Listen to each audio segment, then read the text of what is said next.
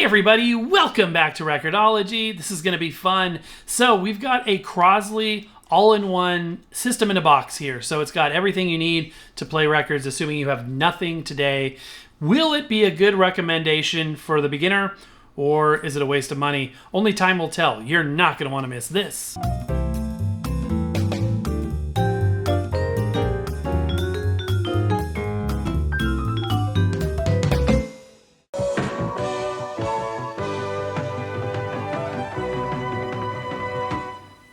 Okay, behold the Crosley Nocturne system in a box. This is pretty new. It's listed on Amazon as of the filming of this for $279.95. So keep that in mind as we review. $280. Would this be a good system for a beginner? I can tell you right off the bat, it's got a magnetic cartridge, so I'm encouraged. Let's go ahead and check it out. Bringing the music for over 100 years, and you really can't deny it. This brand was very prolific, especially in the 1940s and 50s. All right, there we go. We've got an enormous device inside this box. Let me go ahead and lift it out. Okay, so here's what was inside the box. Quite a lot packed in there. We've got the turntable on top, and below that, the speakers. This is an all-in-one system in a box. So for less than $300, it gives you everything you need if you have nothing to start playing records. The speakers, the turntable, all you need to do is add the records. So this is designed for the beginner, and it might be a really good system for that. Time will tell. Okay, so I'm gonna lift the top off the bottom now. You can see we've got our platter right here, and then below it, the speakers, and then the turntable looks to be pretty much assembled except for the platter in this piece right here. So let's start with the speakers and go from there. I am surprised and encouraged that these are quite heavy. Something you want to be heavy and substantial are the speakers. They're also a bit bigger than I assumed they would be. And we got our accessory box there. And speaking of those accessories, let's see what is included here. Power supply. Looks to be a wall wart, but a very substantial. Look at the size of that thing. That's a pretty big one as far as those go. That's a 15 volt, 3 amp. We've got this plastic 45 adapter.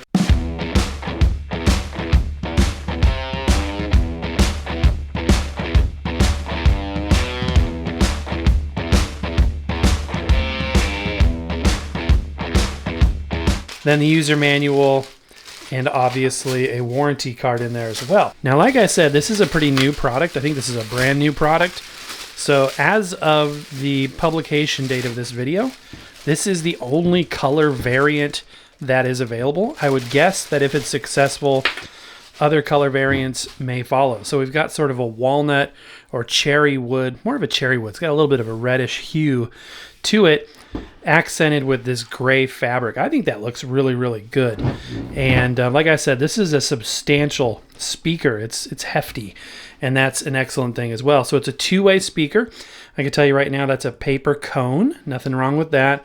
Good rubber surround. We've got what looks like a neodymium driver perhaps, or a silk driver for the tweeter up there. And that looks slick. Now, like I've said recently, I kind of prefer speaker grills these days, but that's not bad looking for a naked speaker, as it were. And you've got the wood on both sides, a wood tone. It's obviously a like a board material with a veneer, but it's a good, pretty smooth one at that. On the back, we have the port and then the speaker connection, which is an RCA. But look at the cable. The actual cable material, let me zoom in a bit so you can see this. This is a pretty good quality insulated cable. I like to see that there. So, okay, so there they are. They look great. I think those are good, pretty low profile speakers. I would say that's approximately 10 or 11 inches high. And I'm very impressed with the heft. I mean, that is a heavy speaker. Glad to see that. Okay, and then we've got the turntable itself. Once we get it out, we'll connect it, test it, do all that good stuff. It's got kind of a nice compact design. Smoked dust cover, looking sharp there. Let's go ahead and lift that up. Protective foam. Ooh, nice. This is nicer than I expected. This looks pretty slick. So obviously it's matched to the speakers over here, and then the gray fabric matches. This looks really slick. The tone arm is surprising as well, because from the appearance of it, it appears to be a carbon fiber tone arm. So let's go ahead and take this out of the rest. and get this foam out of the way, and we'll take a closer look. All right, let's look at the back panel here. It looks like we have a speed selector switch on the back. That's super inconvenient. 15-volt power supply receptacle. The speaker connections, that's not a line output, so be careful there. That's your speaker connections. This is a line output, so you can hook it up to an external sound system. Also a line input. Auto stop on and off. So it does have an auto stop. So one step away from being a fully manual turntable. This mystifies me. So it's got a grounding post, but you can't deactivate the preamp. You can go line output, but once it's line level, you don't need to put a grounding wire on there. So that's kind of a mystery unless there's a switch somewhere else. I have to say this for it, it's very unique, and I'm appreciating the fact that it is unique, because as you know, sometimes we see a lot of the same design elements repeated.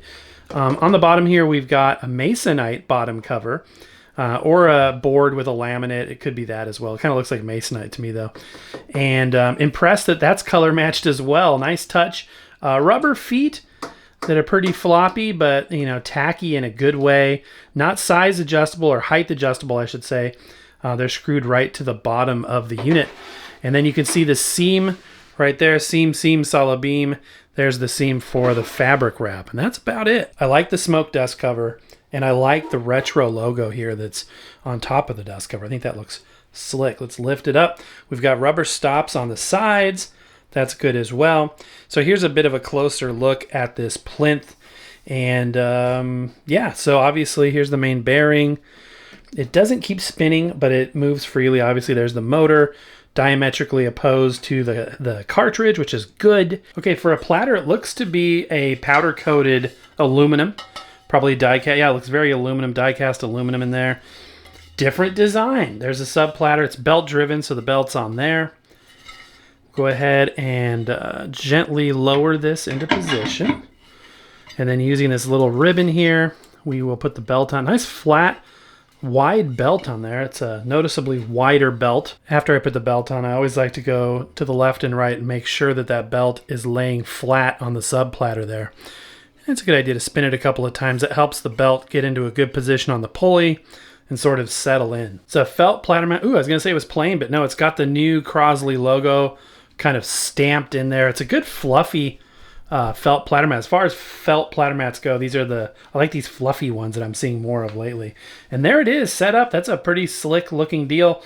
Also in the same piece of foam that had the platter and platter mat, I found the weight for the back. So we will go ahead and set up the tone arm next. And a word of appreciation for these hinges. These are pretty robust. I like that hinge style where it's sort of an L-shaped metal piece with a bracket. It's hard to tell if that's a metal or plastic bracket. So I'm going to show you how to balance the tone arm. It's been a while since I've done that, and I had somebody specifically request that the other day. So to start with, we're going to put this on, and this does appear to be carbon fiber. I'm going to believe that's carbon fiber unless I hear otherwise. So the first step is screwing the weight on the back, and then what we're going to do is make sure that the cartridge stylus protector is off. Then we are going to float it, meaning that we're going to find the neutral position where the tone arm just floats midair without going up or down. Then we're going to adjust just this outer plastic dial to 0. So 0 is on the top. So that means 0 is neutral, the thing is balanced. Then we're going to turn the whole thing like this until we get to the desired number, tracking force value, which in this case, we're going to set it to about 3. 3 grams is about perfect for this. This tracks anywhere from 2.5 to 4 grams, so 3 will be a good value. So there's a closer look at that carbon fiber tone arm. How do you validate that something is carbon fiber? That it looks and feels like, I guess, what carbon fiber should look and feel like. So there is a cueing lever. You'll notice it doesn't do anything. This is metal, by the way. It doesn't do anything when it's in this position because there's a divot. The shelf, the lifting mechanism doesn't start until the tone arm is rotated over the record. So let's check the descend on it. Looks like it's nice and gentle. This is a rubber lined shelf there.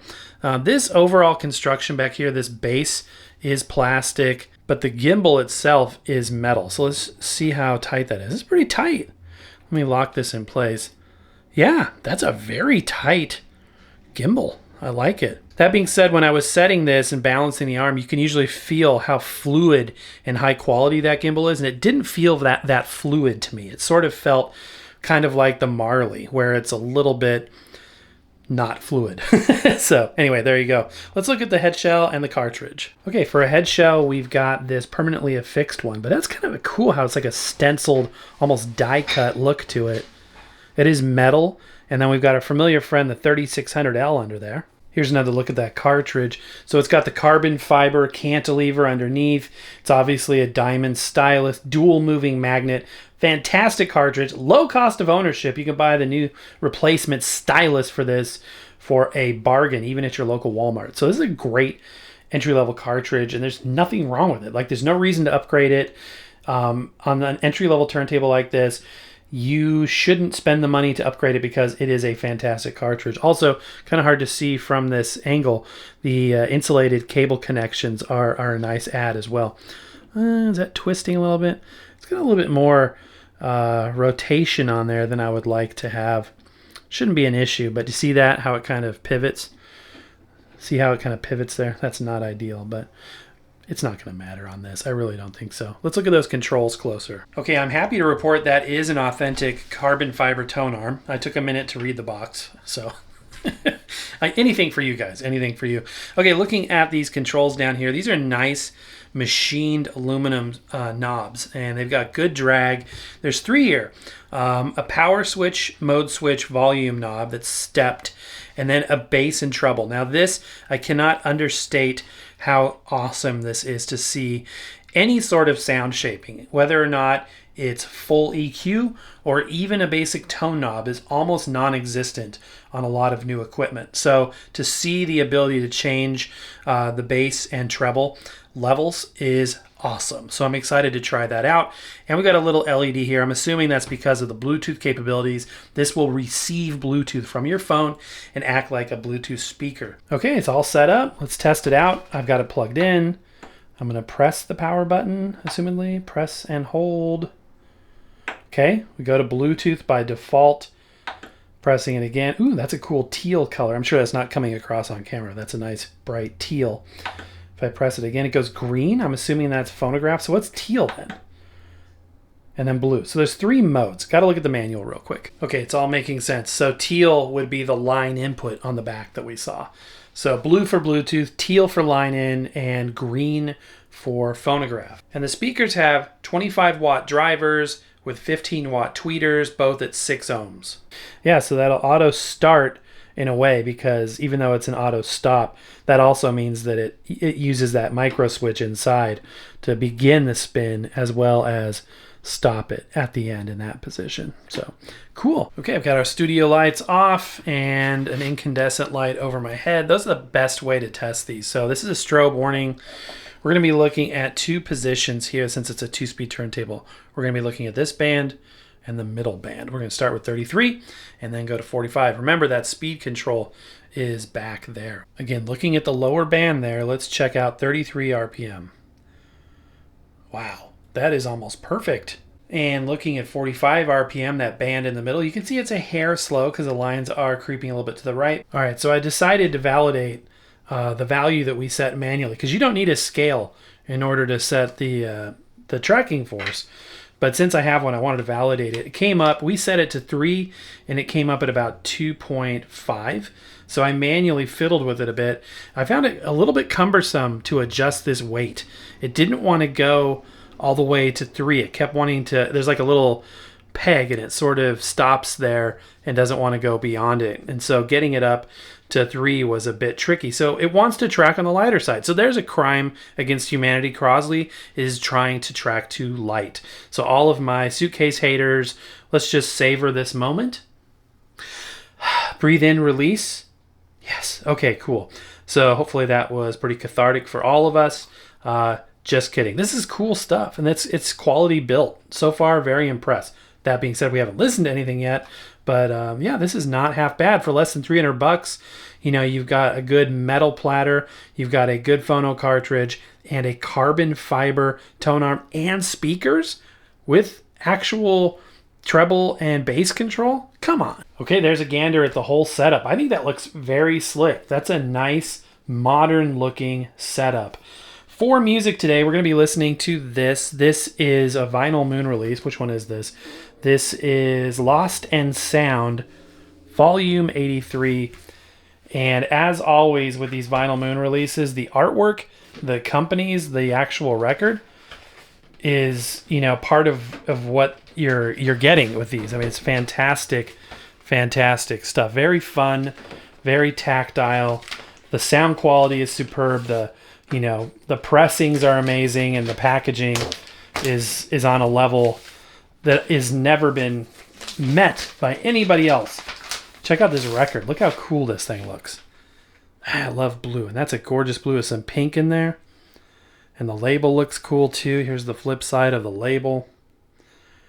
Super, super cool. Love it. So Vinyl Moon is awesome. They didn't sponsor this or anything. I just think it's cool stuff. They did send us some records that we can use for reviews like this. It's always a trick trying to find, copyright friendly music that is good, because, YouTube audio library sometimes leaves something to be desired. Plus you want it on vinyl.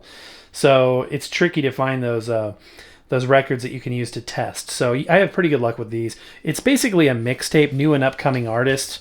So the music is usually pretty new. The artists are new, and it's a cool way to discover new music as well. So without further ado, let's go ahead and drop our needle.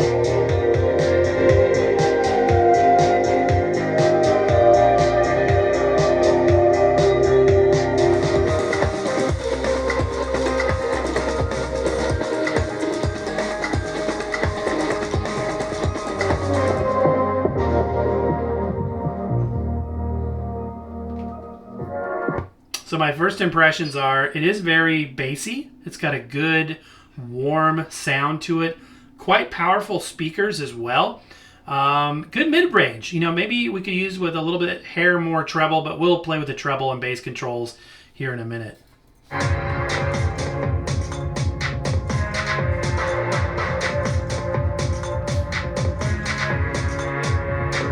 And yes, I know the music is eclectic, so we'll flip the record and listen to the other side and play with some of the sound shaping. I want to mention too that when you drop the stylus, there is a hair of a delay, sort of like playing vinyl over Bluetooth, from the point when the needle touches to the point when you hear it. So there may be some level of sound processing involved or some logic. Not 100% sure. I do believe it's a fully analog circuit still. But yeah, there is a little bit of a delay. Not a huge issue, but something to be aware of.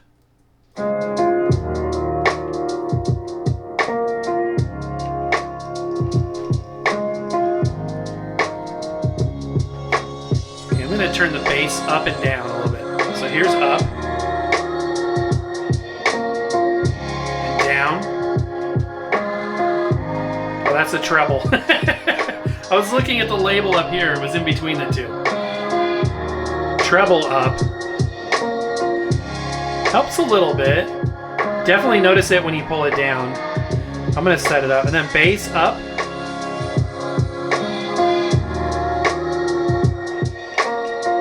Again, you notice it when it's sort of like a detractive EQ.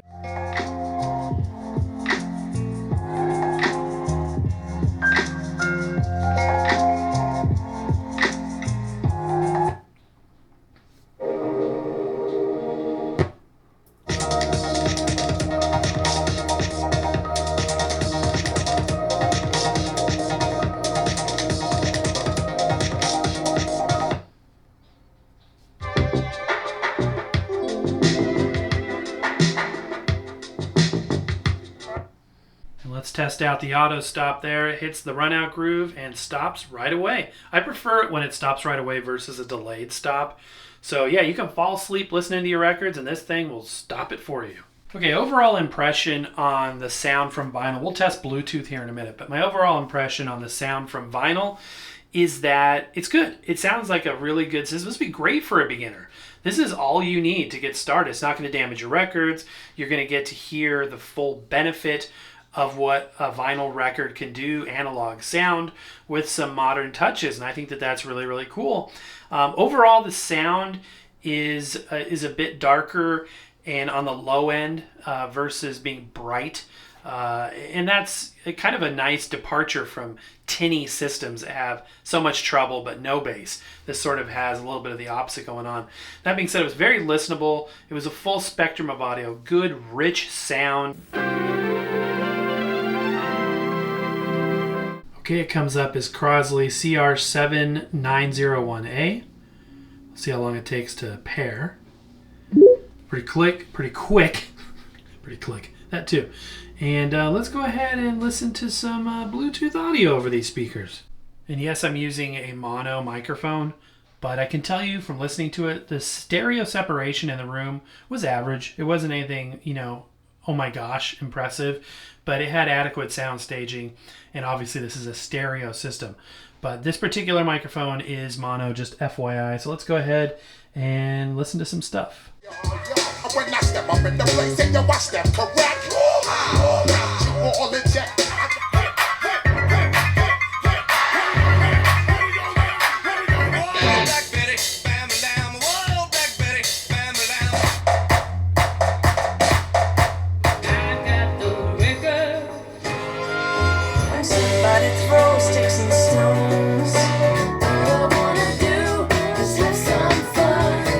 Okay, those speakers sound absolutely delicious over Bluetooth. So the speakers are great. I think the amplification or the EQ of the amplification for vinyl is a bit biased towards the lower end and can use a little bit of brightness. Surprisingly, even with that treble control, I couldn't quite get it. I want it a little brighter. I really like a bright sound in addition to the bass.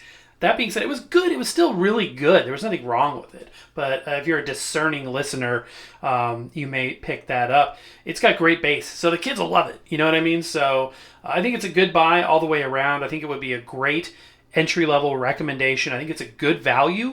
You get a lot for what you pay for with this, less than $300, and you've got a system that really does it all. And it does it in a good way, a fairly sophisticated way. So what do you guys think? Let me know down in the comments below. All right, my friends, and that is going to do it. Thank you so much. Link down below. Also, multiple ways you can help support the channel if you feel led to do so. But mostly, I just want to say a huge thank you to you for being there, spending time with this each and every episode. It's an absolute honor to present this to you and a fun thing to do as well. My friends, that's going to do it for today. So happy record hunting, and we'll see you next time.